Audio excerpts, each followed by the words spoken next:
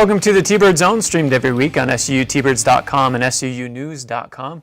Today we're in studio with head track and field coach Eric Houle. And coach, some great things going on in the track and field world lately. Cameron Levins making national headlines in his performance over the weekend at Washington. There's a former Olympian now on the staff, and Kelly Willey as the sprinting coach. First, let's talk about Cameron Levins, and not to be forgotten, Medina-Mitchell, who is, to have two athletes of their caliber on campus at the same time it's got to be a treat to coach them. Oh yeah. You know, Diana's 7th in the country right now in the 5,000. Cam being number 2 in the country in the 5,000, number 1 in the country in the 3,000. I mean, you know, we got some throwers. You know, Kayla is doing a really good job. I think she's 15th in the country right now.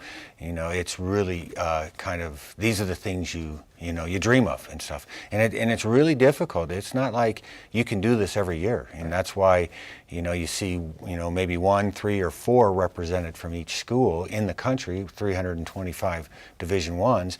And so it is a big deal for a school our size to have that happening. That's pretty cool. Well, and it's a potential in the track and field world to win a national championship with really only a handful of athletes going to that national championship. And with Cam now qualified in 2 events, the team stands to gather a fair amount of points at an indoor national championship. Right. It won't take a whole lot to win a national title, and it's not because not everybody's trying, it's because it's so hard to get in.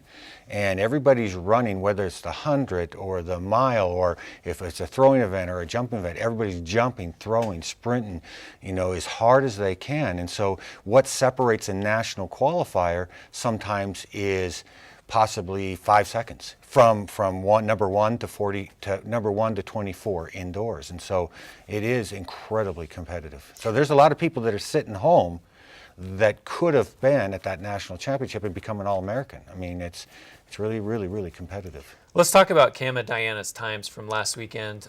Again, they both ran in the 5,000 and the 3,000 back-to-back type races where they raced one night on Friday, the next race on Saturday night. So, you know, that's 8,000 kilometers in 24 hours. That's a lot of running. But Cam runs the 5K in 13:42 and the 3K in 7:48. Diana ran her 5K in 16:30 and her 3K in 9:31.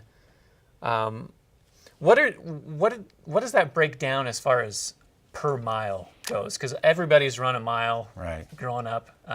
How fast were they running consistently their mile? Well, if you change the meters to feet or yards and stuff like that, Diana on her time, if you change it down to 3 miles, she's averaging every mile in about 5 minutes and 18 seconds. And so she's pushing it out. And understand that young lady was a 5:30 miler coming out of high school. That means one time, on the track with just 1 mile, the fastest she could run was 5:30. And now she's doing 3 back-to-back at 5:18. That's why she's ranked number 7 in the country right now. And that now it's just outrageous. Now Cam, on the other hand, if you do the same thing, 3 miles, he's averaging each mile in about 4 minutes and 22 seconds. I mean, and remember, his fastest mile coming out of high school was 4:18. But, you know, to run at that level, that fast, that's why not only is he one of the top guys in the country now, he is he's actually being considered by some one of the, a world-class athlete now. And so it's crazy. Well, and it was fun. You can watch Cam's races on Runner Space or Flow Track, and it's kind of entertaining after he's done with his 3,000, his 3,000 was the second night. Yeah. He finishes and he's, just over on the sideline sipping his Gatorade, and these other guys are like, he's dying. And well, and in his 3,000, he averaged, coming through in his 3,000, he did what we call negative split. He came in at 4:12 in the first mile, and then did the second mile on track to 4:08. Oh. So, 4:08, are you kidding me? After running a mile at 4:12? It's really phenomenal how in shape these athletes are. And then you look down the list and you got Nate Jukes who's coming up the ranks. You got Austin West, and the list goes on with a lot of these young athletes that are coming through the pipe. And what's happening, I really, I don't think we're doing a whole lot different than we've done in the past. We have made some adjustments, but it's a bunch of people young people excited about competing, excited about performing. Well, and we talked earlier about the dual meets coming up in the outdoor season. There's 3 meets that are going to be hosted at Eccles Coliseum against NAU, Utah Valley, and Idaho State. Talk about maybe what the focus is on those outdoor meets coming up. The first one's March 31st, correct? Right. Well, the big thing for me is bringing in a dual meet. I don't think it's necessarily we always have to bring in 20 teams in order to have a track meet. So I'm going back to the old dual system.